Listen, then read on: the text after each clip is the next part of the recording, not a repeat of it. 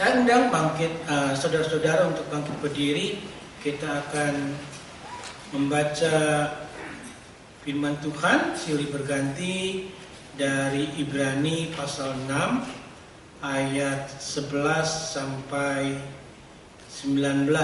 Kita akan baca silih berganti.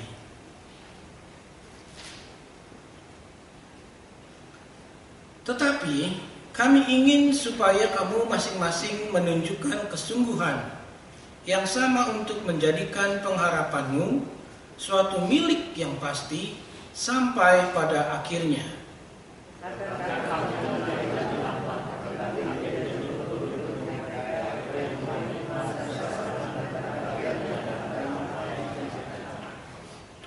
Sebab ketika Allah memberikan janjinya kepada Abraham, ia bersumpah demi dirinya sendiri, karena tidak ada orang yang lebih tinggi daripadanya.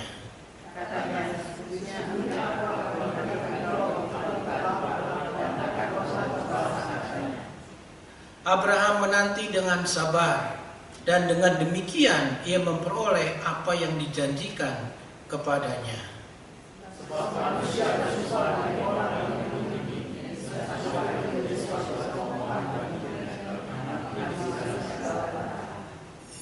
Karena itu, untuk lebih meyakinkan mereka yang berhak menerima janji itu akan kepastian putusannya, Allah telah mengikat dirinya dengan sumpah.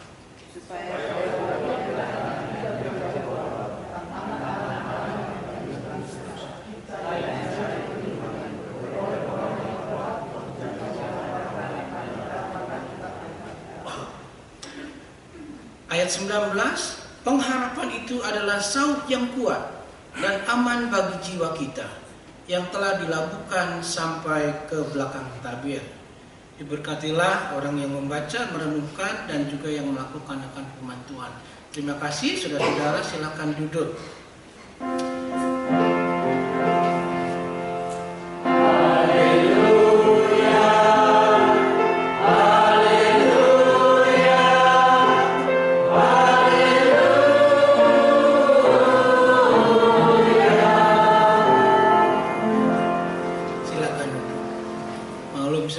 Biasa dengan kebaktian seperti ini, jadi suka ada 1-2 hal yang saya suka miss.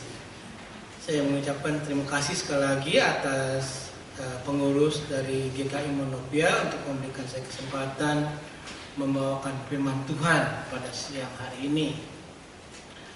Saudara-saudara, kalau saudara pernah pergi ke rumah orang tua, di sana banyak sekali orang tua yang sudah pikun, yang sudah banyak pengalaman juga, dan juga banyak yang mengidap penyakit Alzheimer.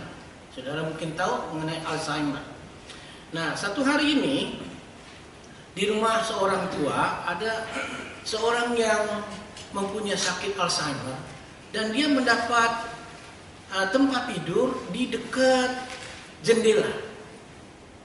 Lalu pada waktu dia memperhatikan di luar jendela itu banyak sekali pohon-pohon yang kering. Kalau kita lihat sebagian dari pohon-pohon di luar dari gereja ini ada pohon-pohon yang kering, tidak berdaun dan sepertinya sudah mati. Lalu pada waktu seorang perawat masuk ke dalam kamarnya, dia berkata, itu banyak pohon-pohon kering, ditebang saja, nggak ada gunanya, nggak ada keindahannya, tidak ada kecantikannya, tidak bisa dinikmati sebagai pohon yang sebenarnya harus hidup. Tapi sebenarnya dia tidak menyadari bahwa pada saat dia berkata seperti itu, waktu itu adalah waktunya musim dingin, saudara-saudara. Jadi memang pohon itu selalu bentuknya tidak mempunyai daun, tidak mempunyai hal-hal sesuatu yang kita bisa nikmati sebagai pohon yang rimbun. Nah, seringkali saudara-saudara, kita bisa seperti orang yang mempunyai penyakit Alzheimer. Pada waktu kita melihat kehidupan kita yang terlalu banyak dengan masalah, pergumulan, perselisihan di dalam keluarga, perselisihan dengan sahabat, perselisihan dengan siapa saja, lalu kita katakan tinggalin saja, tebang saja, tidak ada gunanya. Betul? Itulah yang sering kita lakukan sebagai seorang manusia. Sering kita cepat sekali untuk membuat keputusan bahwa tidak ada gunanya lagi, tinggalin saja. Tetapi kalau kita baca dari satu perikop tadi, kita diajarkan sebagai orang Kristen selalu mempunyai pengharapan di dalam kehidupan ini. Contohnya saudara-saudara, kalau saudara ingat mengenai Abraham, ini perikop yang tadi itu adalah perikop menceritakan tentang Abraham sebenarnya. Abraham pada waktu dia sudah tua, sudah berumur 100 tahun, lalu Sarah juga seorang wanita yang mandul, dan pada waktu dia dijanjikan oleh Allah untuk mendapatkan seorang putra, sepertinya sebagai manusia kita pasti akan berkata, tidak mungkin. Buat apa sih ngarep-ngarepin lagi punya anak, udah tua, sudah tidak ada gunanya lagi. Tentu pasti kita akan berkata seperti itu. Tetapi tidak demikian dengan Abraham. Abraham adalah seorang manusia yang mempunyai harapan, seorang yang menaruh harapannya kepada Tuhan. Walaupun di firman itu ditulis bahwa Abraham sudah berumur 100 tahun, saudara-saudara. Apa sih yang bisa dilakukan seorang laki-laki yang berumur 100 tahun untuk mendapatkan seorang anak? Walaupun dia minum 1 botol arak kuat setiap hari, belum tentu dia bisa melakukan kewajibannya sebagai seorang pria. Betul? Secara realitinya saja kita melihat, mana mungkin Abraham sudah berumur 100 tahun dijanjikan seorang anak. Demikian juga dengan Sarah, seorang istrinya, dikatakan sudah mandul. Kalau sudah dikatakan mandul, tidak mungkin lagi mempunyai seorang anak. Tetapi disitulah keunikan firman Tuhan. Kalau kita teliti, kita baca, kita teliti, kita baca, lalu ada sesuatu yang Tuhan ingin sampaikan kepada kita, di mana Abraham itu selalu menaruh harapannya kepada Allah yang berjanji kepadanya. Betul? Ternyata memang benar.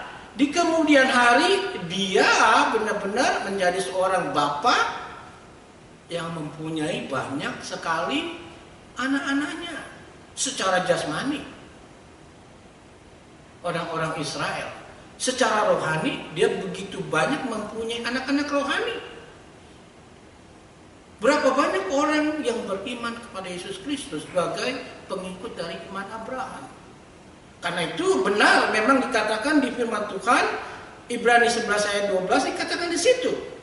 Begini, dari satu orang, malahan orang yang telah mati pucuk terpancar keturunan besar, seperti bintang di langit dan seperti pasir di tepi laut yang tidak terhitung banyak.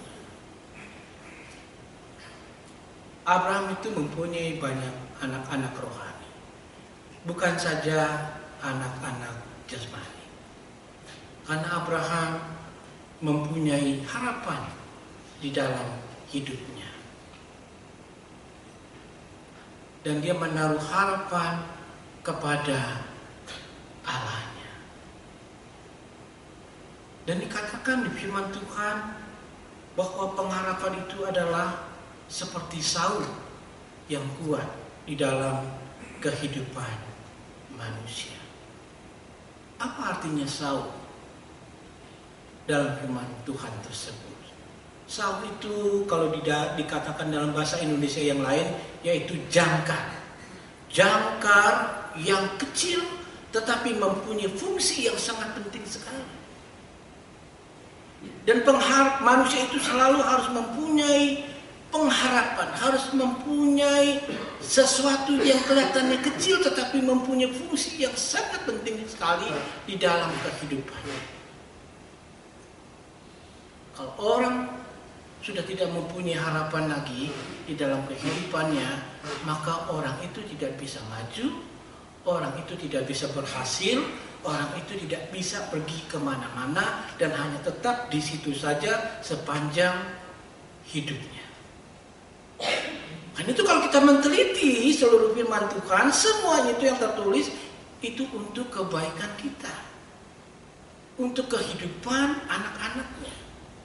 Ya, jadi pagi hari ini kita belajar tentang pengharapan, dan kita mengerti bahwa pengharapan itu adalah sesuatu yang sangat penting di dalam kehidupan manusia, dan pengharapan itu adalah seperti jangkar atau sauh di dalam kehidupannya.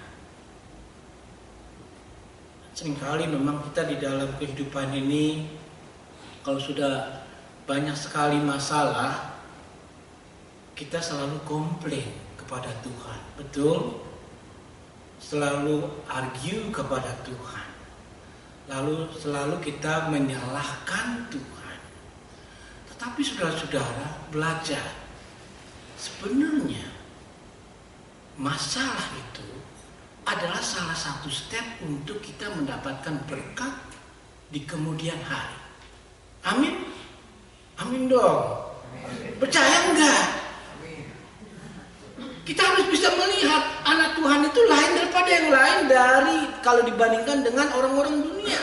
Ya, kalau anak Tuhan itu harus bisa melebihi dari kemampuan orang dunia. Ya, kita harus bisa melihat sesuatu yang orang dunia tidak lihat, yaitu pada waktu kita mempunyai masalah, karena kita anak-anak Tuhan, kita harus bisa melihat bahwa kalau ada masalah di dalam kehidupan kita, itu adalah merupakan satu kunci, salah satu kunci untuk mendapatkan berkat yang ada di depan, yang disediakan oleh Tuhan untuk kita. Nanti kita lihat ya bagaimana ya. Salah satu kunci ya. Dan pada waktu kita melihat masalah itu merupakan salah satu kunci untuk kita mendapatkan berkat, artinya kita mempunyai pengharapan di dalam hati kita. Kita kalau melihat anak kita, bandelnya bukan main, nakalnya bukan main, disabetin kiri kanan, ditempel, dijiwir, tetap dia tidak bisa berubah. Apa yang saudara lakukan sebagai orang tua? Tentu mungkin udah biarin lah ya. Tetapi kita selalu berharap kepada Tuhan. Ya, kita selalu berharap kepada Tuhan supaya Tuhan itu merubah hatinya. Saya cerita gini karena saya mempunyai teenager boy, lagi masa-masanya menentang. Susah sekali, apalagi kalau kita udah suruh main di gereja, selalu ada saja alasannya. Pak, ada birthday party my friend. This is the only one that I can see her, and then I don't see her anymore. No, you're not right. You can see her again tomorrow after her birthday party, right? Tetapi selalu saja ada alasan. Kalau mau main, walaupun sakit, jadi sehat. Tapi kalau sekolah sakit sedikit, dibikin aduh sakitnya sampai nggak bisa jalan rasanya. Ya, tetapi kita selalu berharap kepada Tuhan supaya Tuhan itu bekerja di dalam hatinya. Dan dari masalah yang kita punya, kita tahu ini merupakan satu-satunya kesempatan untuk kita bisa mengajarkan dia bahwa di dalam hidupmu itu tidak boleh melupakan Tuhan. Walaupun sedemikian kuatnya pergaulan dia di luar. Karena Tuhan itu adalah Tuhan yang bisa menuntun kehidupan manusia. Sehingga saudara-saudara, kalau kita mempunyai masalah di dalam keluarga, ya, anggap saja masalah itu adalah merupakan satu proses. Proses untuk dia, proses untuk orang tua. Proses untuk kita semua, untuk kita lebih dewasa lagi menghadapi setiap masalah. Jangan sekali-sekali cepat-cepat sekali kita terlalu amarah sehingga kita melakukan sesuatu yang tidak berkenan di hadapan Tuhan, atau juga yang sangat melukakan hati anak itu. Dan itu bukan masalah mengenai membesarkan anak saja, tetapi di dalam setiap masalah di dalam kehidupan kita, apa saja Entah itu di dalam keluarga, di dalam pekerjaan, di dalam gereja. Anggap saja kita mempunyai satu kepintaran yang melebihi dari orang lain. Kita bisa melihat masalah itu merupakan kesempatan kita maju ke depan. Betul? Amin, saudara-saudara. Kita lihat di situ. Kalau kita melihat masalah yang terlalu besar, yang begitu berat rasanya, kalau misalkan kita melihatnya di dalam sisi negatif, maka kita tidak bisa pergi kemana-mana, malah menjadikan kita orang yang berputus asa. Tetapi anak Tuhan tidak begitu.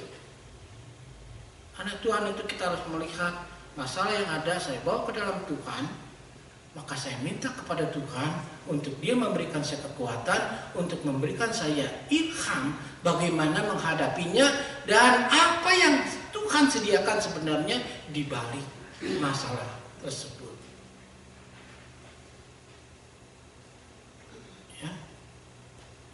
Karena kita tidak diajarkan oleh Alkitab untuk menjadi orang yang tidak mempunyai harapan. Tetapi seringkali juga kita bisa bertemu dengan orang-orang yang kehilangan harapan. Apalagi kalau di dalam gereja, kita sering menemukan keluarga demi keluarga yang jatuh bangun. Dan pada waktu kita mengunjungi mereka, pasti kita ingin mempunyai satu bekal untuk kita bisa counseling, untuk kita bisa share, untuk kita bisa mengetahui mengapa mereka bisa gagal. Nah, mengapa kadang-kadang orang itu bisa kehilangan harapan? Ada beberapa hal, saudara-saudara. Seringkali kalau orang yang hilang harapan, karena orang tersebut mempunyai karakter takut gagal. Betul, itu yang paling pertama. Orang tersebut takut gagal, ya. Tidak dilihat sebagai kesempatan untuk mendapatkan step untuk maju ke depan. Dia takut sekali gagal, sehingga dia takut sekali mengambil risiko. Dia takut sekali untuk mau mengambil keputusan, untuk mengambil satu keberanian untuk maju ke depan, sehingga dia stuck di situ. Dia takut. Kalau misalkan saya sini, saya takut. Anggur saya diam aja deh. Saya di sini saja dah. Nah, disitulah yang menyebabkan orang tersebut tidak bisa maju, saudara-saudara. Saya mempunyai satu keluarga, ya. Seringkali kalau dia sedang enak, dia ke gereja, ya, karena semuanya beres. Tetapi pada waktu dia tidak ke gereja, saya tahu pasti ini ada masalah. Sehingga saya dengan istri atau dengan yang lain harus kunjungi dia, ya. Dan masalahnya sebenarnya hanya satu, ya. Takut untuk maju ke depan. Contohnya begini, dia tidak punya pekerjaan, ya. Kita bilang, kalau kita kerja di Amerika, maklumlah kalau di layoff, ya. Tetapi kalau di layoff itu jangan sampai kamu membuat kamu takut lagi untuk cari pekerjaan. Jangan merasa, nanti di layoff buat apa saya cari kerjaan lagi. Biar istri saya aja yang kerja, atau juga biarkan anak-anak saya yang kerja. Saya tidak mau, ya. Sehingga pada waktu kita tahu masalahnya tersebut, maka kita mulai cari strategi bagaimana supaya orang ini tidak takut lagi mencari pekerjaan. Lalu saya ceritakan masalah saya dulu. Tahun 87, 89, saya pernah kerja selama 20 tahun itu bisa ada 12 kali layoff. Ya, karena pada waktu itu saya bekerja di printing, lalu skill saya itu diambil oleh komputer. Jadi setiap perusahaan yang mempunyai komputer, mereka tidak perlu lagi keahlian tangan saya. Jadi di lay off lagi. Tetapi saya orangnya itu tidak pernah give up. Tidak pernah berhenti untuk selalu berusaha. Jadi saya ceritakan sama dia. Lambat laun dia mulai mau cari pekerjaan dari koran, dari kawan, ya. Dia lay off lagi. Demikian berkali-kali saudara-saudara, sampai saat ini pun dia masih belum mendapat pekerjaan. Jadi dia bilang, udahlah saya sudah tidak bisa lagi untuk mau cari pekerjaan, saya hate Amerika. I want to go back to Indonesia. Udah tua mau cari kerjaan di mana di Indonesia? Umur 55 aja udah di lay off. Di sini orang tua masih di take care sama pemerintah. Ya enggak? Ya, begitulah. Ya. Jadi kalau ada orang yang kehilangan pengharapan, artinya orang tersebut adalah orang yang takut gagal. Sehingga kegagalan itu merupakan satu momok yang menakutkan, yang membuat dia tidak bisa maju kemana-mana. Dan kita tidak mau seperti itu. Ya. Nah, lalu alasan yang kedua, adanya sifat yang suka mencari-cari alasan. Ini artinya ada orang yang maunya enak saja. Ya, kalau diberikan modal sama papa, lalu saya berusaha. Kalau papa tidak memberikan saya modal, saya tidak akan berusaha. Kalau Tuhan tunjukkan dulu berkatnya kepada saya, maka saya akan rajin ke gereja. Kalau sesuatu yang saya bisa lihat dan saya rasakan, saya dapatkan dulu, maka itu merupakan satu step buat saya untuk maju ke depan. Tetapi seringkali di dalam realiti kehidupan kita tidak mendapatkan selalu kesempatan seperti itu. Seringkali kita harus kerja banting tulang terlebih dahulu. Seringkali kita harus bergumul dahulu dengan doa. Seringkali kita harus mencari akal bagaimana caranya untuk kita maju ke depan. Itulah yang akan membuat kita bisa mempunyai pengharapan. Tidak mencari alasan-alasan untuk tidak mau maju dan berhasil. Lalu yang ketiga, saudara-saudara, orang yang tidak mempunyai harapan atau kehilangan harapan adalah orang yang tidak mempunyai mental juang yang kuat. Sometimes I'm proud of myself. You can ask my sister, my brother-in-law, yang mempunyai mental juang yang kuat. Saya datang kemarin tahun 81, jatuh bangun. Pada waktu saya meninggalkan LA, datang ke Portland, pergi ke Portland, di sana juga tidak gampang. 10 tahun saya sekolah, bekerja, membesarkan anak, tidak gampang.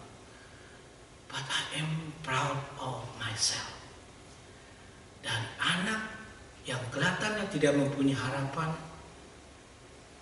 sampai mempunyai satu titel Master of Divinity, mempunyai gereja, mempunyai keluarga yang baik. Dan yang terutama sekali, saya mempunyai Tuhan Yesus Kristus.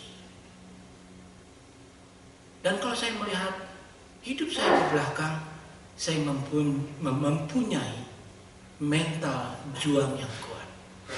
Saya tidak takut gagal. Saya selalu berusaha. Saya tidak pernah capai. Saya tidak pernah letih. Terus maju dan maju dan maju. Karena saya selalu tahu harapan saya di dalam Tuhan Yesus. Apalagi setelah saya menjadi hamba Tuhan. Menjalankan gereja itu susah loh. Betul? Ya. Tetapi saudara-saudara, menjalankan gereja dengan kekuatan kita sendiri membuat kita bisa putus asa.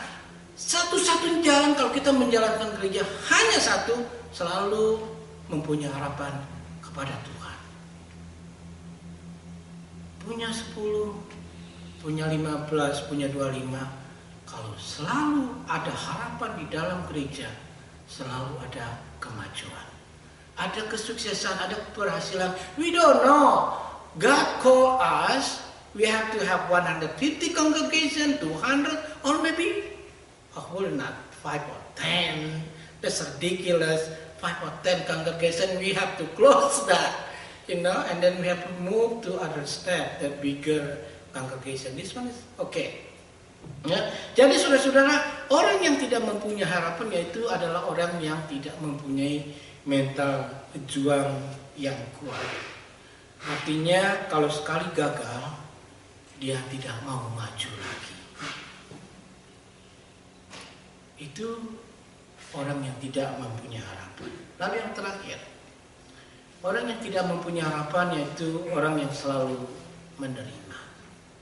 Saya tidak mengajarkan saudara mempunyai impian yang tinggi-tinggi, ya, yang wah, ya. Tetapi janganlah juga menjadi orang yang selalu hanya menerima saja. We have to be better than today. We have to be better than right now. We have to be better than this month. We have to be better than this year. Sehingga membuat kita selalu berharap, membuat kita selalu berusaha untuk sesuatu yang baik. Betul? Kita semuanya boleh dibilang di sini adalah orang foreigners, datang dari Indonesia ke Amerika untuk menjadi lebih baik. Untuk menjadi lebih baik. Kalau kita membawa anak-anak kemari, kita mengharapkan anak-anak itu harus lebih baik daripada kita. Kalau kita datang ke Amerika untuk menjadi yang lebih baik, artinya juga kita harus berusaha untuk menjadi lebih baik. Lebih baik di dalam materi, lebih baik di dalam kerohanian, lebih baik di dalam segala hal. Betul? Alio, itu tidak gampang. Yes, tidak gampang. Tetapi mari kita sama-sama merenungkan firman Tuhan, supaya kita selalu mempunyai harapan. Dan kalau kita mempunyai pengharapan, kita mempunyai sesuatu jangka, sesuatu saur yang menuntun kita selalu. Karena itu dikatakan di ayat 19, dikatakan pengharapan itu adalah sauk yang kuat dan aman bagi jiwa kita yang telah dilabuhkan sampai ke belakang tabir. Artinya sesuatu yang kita tidak bisa lihat dengan jelas, tetapi itu adalah sesuatu yang harus kita punyai di dalam hidup ini. Satu sauk, satu jangkar, dan sauk itu, jangkar itu adalah Tuhan. Yang membuat kita kuat, yang membuat kita selalu mempunyai pengharapan di dalam hidup ini. Saudara-saudara, mungkin yang menulis ini itu juga sering mancing barangkali seperti saya. Ya, mungkin dia nelayan atau tidak tahu siapa yang menulis Ibrani ini. Mungkin Lukas, ya, karena orang di sana Lukas barangkali, ya, maybe dia sering pergi pergi dengan Tuhan Yesus, pergi ke danau, ke laut untuk cari ikan. Tetapi zaman dahulu memang kemungkinan selain nelayan atau juga mungkin gembala, ya. Dan saya ini pemancing, saudara-saudara, ya, pemancing. Jadi kalau kita mancing, kita keliling dulu. Ya, kalau udah pas sampai di tempatnya kita keliling dulu itu. Bot itu keliling aja, keliling. Sambil keliling dia lemparin ikan-ikan kecil. Nah, ikan-ikan besar tuh datang. Setelah udah cukup, lalu itu kapal turunkan jangkarnya. Ya, turunkan jangkarnya, lalu jangkar itu tidak bisa membuat kapal itu pergi kemana-mana. Tetap saja di situ walaupun ada ombak besar, walaupun ada arus yang besar, tetap kapal itu di situ. Kalau kita melihat kapal pesiar yang begitu gede sekali, 8 tingkat, pasti mereka juga mempunyai jangkar. Betul? Jangkarnya juga pasti lebih kecil dari kapalnya. Tetapi jangkar yang begitu kecil itu mampu memegang kapal yang sedemikian besar, supaya kapal itu tidak mengapung kemana-mana. Nah, pengharapan itu sebenarnya hanya kecil saja. Tetapi kalau kita punya sedikit saja pengharapan, maka dikatakan oleh firman Tuhan, itu membuat jiwa kita aman dan tenang.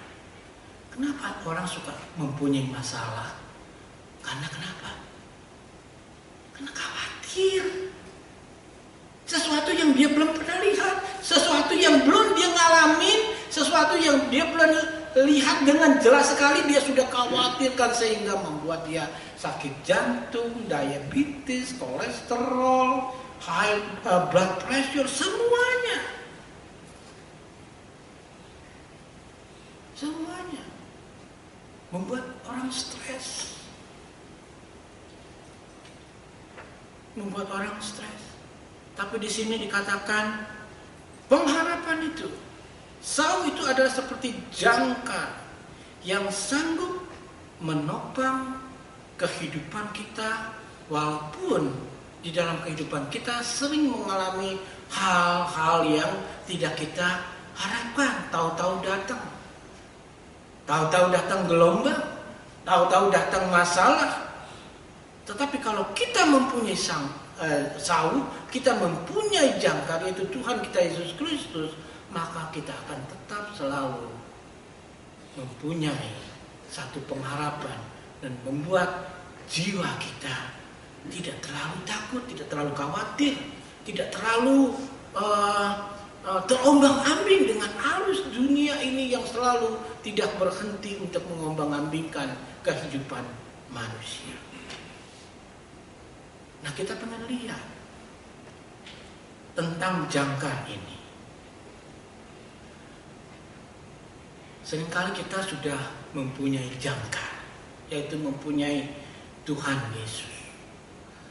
Tetapi pada waktu kita mempunyai jangkar, saudara ingat ada 3 hal yang harus saudara tanamkan dalam pikiran dan hati saudara, karena ada syaratnya. Syarat pertama yaitu begini.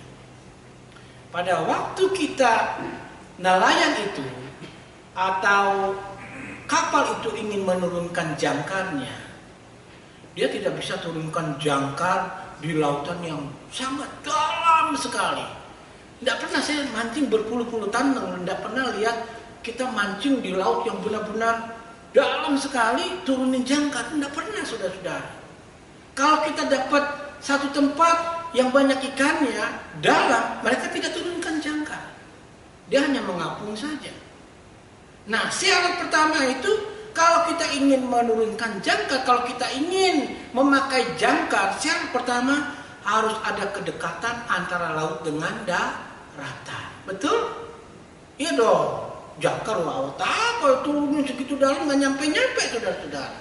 Ya, harus cari tempat, harus ada kedekatan antara laut dengan daratan. Artinya ada kedalaman yang bisa dijangkau oleh sau tersebut. Betul? Harus ada kedekatan. Ya. Harus ada kedekatan hidup kita dengan Tuhan Yesus setiap hari. Jangan pada waktu ada masalah dekat. Tidak ada masalah jauh. I don't know him. Itu. Sehingga kalau kita tetap dekat sama dia, kita tidak terumbang-ambing. Yes? Syarat pertama. Lalu syarat kedua, yaitu ada kepastian. Di bawah laut itu ada karang. Di bawah laut ini banyak karang. Kita sering nyanyi batu karang yang teguh, yaitu Tuhan kita Yesus Kristus. Betul? Enggak lumpur. Bukan hal yang lain, tetapi Tuhan Yesus Kristus. Harus ada karang yang kuat, yang sanggup menopang kapal yang besar, yang sanggup menopang masalah kita yang besar, problem kita yang besar, konflik kita yang besar, harus berpegang kepada Tuhan kita Yesus Kristus. Jangan melihat gelombang yang besar. Ya, kamu lihat bolehlah, tetapi tetap taruh jangkarmu, saumu itu di Tuhan kita Yesus Kristus. Merupakan jangkar, merupakan batu karang yang kuat itu. Itu merupakan syarat yang kedua yang tidak bisa kita mungkiri di dalam kehidupan ini. Harus ada kedekatan dan juga harus ada karang yang kuat yang bisa menopang. Lalu yang ketiga yaitu hampir sama dengan yang pertama, yaitu pada waktu mereka menurunkan jangkar, mereka tidak menurunkan jangkar lempar aja, tenggelam. Supaya enggak plung begitu lah gimana? Harus ada rantainya. Betul? Harus ada rantainya. Kalau di Indonesia kapal kecil penghubungnya yaitu tambang besar. Kapal besar jangkarnya tidak terlalu lebih kecil dari ini, ada rantainya, rantai besi. Selalu ada rantai penghubung. Rantai penghubung di dalam kehidupan kita sebagai anak Tuhan itu apa? Itu dengan doa dan iman. Doa merupakan nafas kehidupan. Iman, kita harus mempunyai iman. Janganlah kalau kita ke gereja, tetapi iman saudara tidak bertumbuh. Kalau iman itu tidak penting, tidak disebut-sebut di dalam Alkitab.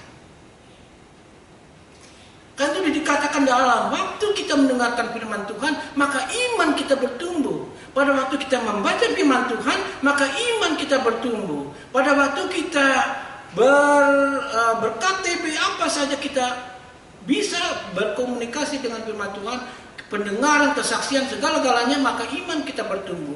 Iman itu adalah sesuatu hal yang penting di dalam kehidupan anak-anak Tuhan, kehidupan orang-orang percaya. Jadi rantai penghubung itu adalah doa dan iman. Karena itu di situ dikatakan bahwa pengharapan itu adalah saum yang kuat dan aman bagi jiwa kita, yang telah dilabuhkan sampai ke belakang tabir. Sebelum Tuhan Yesus mati, orang Yahudi tidak bisa masuk ke dalam bait Allah. Ada tabir yang menghalangi. Tapi setelah Tuhan Yesus mati, tabir itu terbelah dan kita bisa masuk anytime we want.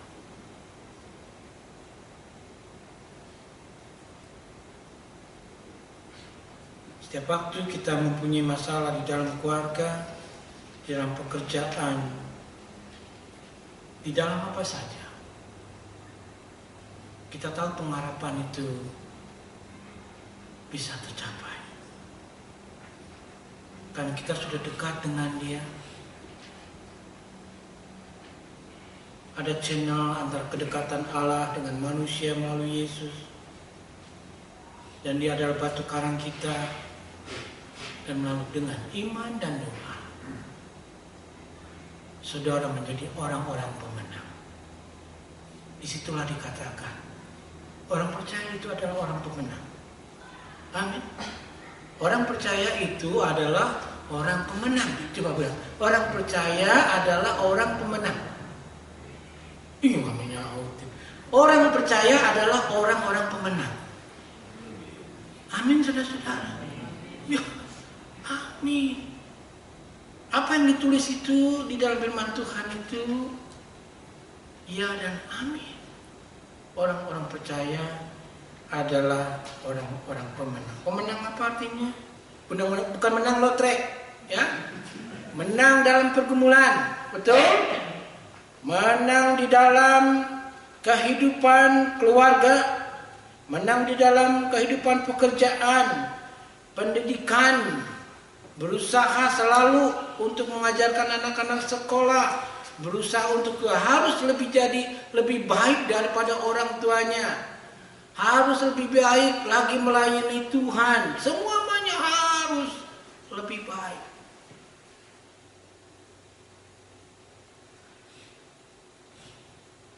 Karena dari sanalah kita akan maju. Ya? Mari kita berdoa.